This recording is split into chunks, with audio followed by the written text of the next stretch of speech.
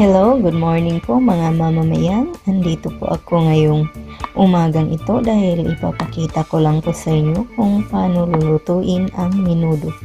Ito po ang mga sangkap. Bawang, bay leaves, sibuyas na puti, garbanzos beans, tapos pinya, atay ng baboy, tomato sauce, baboy, patatas, resin, at saka carrots.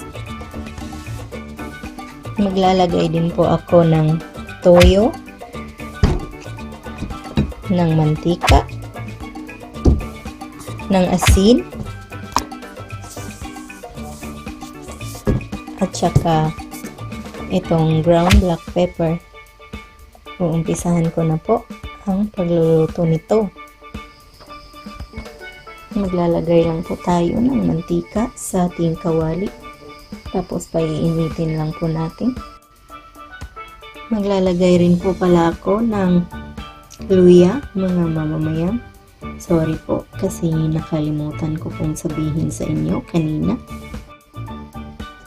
Ngayon po ay igigisa na natin ang bawang.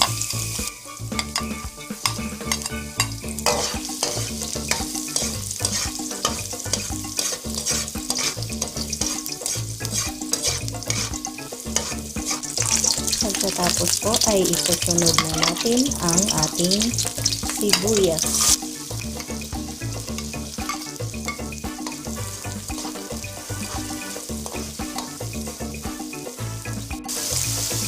At isusunod po natin ang ating luya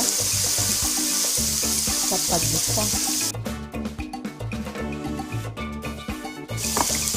Ngayon po ay maglalagay po tayo ng kaunting toyo.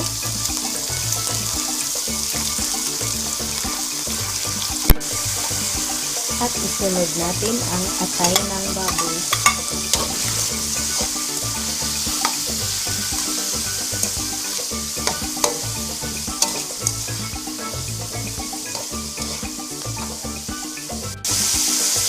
Ngayon po ay tatakpan po muna natin ito.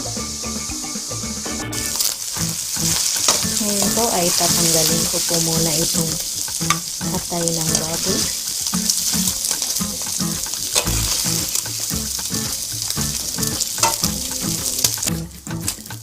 Ngayon po ay ilalagay na natin ang baboy or pork.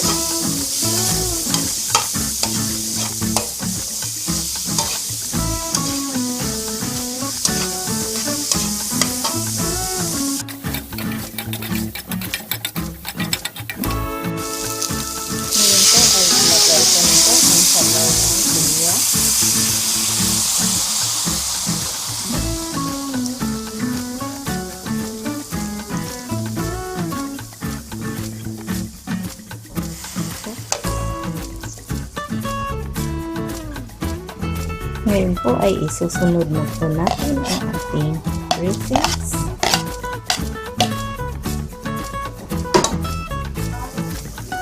Ngayon po ay ilalagay na natin ang ating tomato sauce. Ayan na po. Tapos hahaluin po natin. Ngayon po ay tatakpan po muna natin para palambutin ang ating karning baboy. Ngayon po ay isusunod na natin ang ating bay leaves.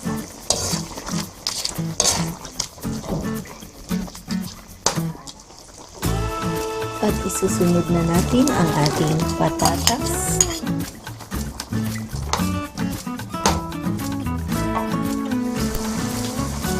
Ayan na po, isunod na po natin ang carrots.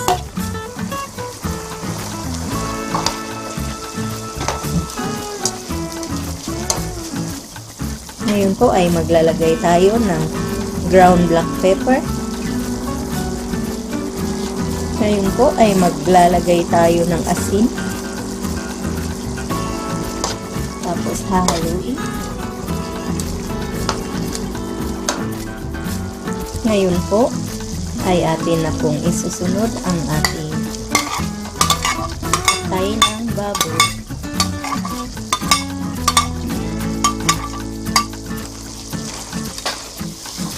Ngayon po ay atin nang isusunod ang garbanzos beans.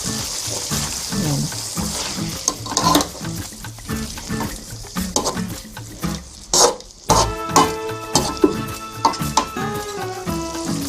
Pwede rin po pala kayong maglagay ng hotdog dito sa inyong menudo. Pero itong sa akin po ay hindi ko na po nilagyan kasi ayaw po ng mga kumakain na may hotdog. So, ganyan lang po siya. Ngayon po ay luto na po itong ating menudo at papatayin ko na po ang stove. Tatanggalin ko lang po ito sa kawali. Ayan na po mga mamamayang ang ating minodong baboy. Sana po ay nagustuhan nyo ang recipe nito. Maraming salamat po sa inyong panunood. Ito po ang inyong Ate Mayang na nagsasabing mabuhay.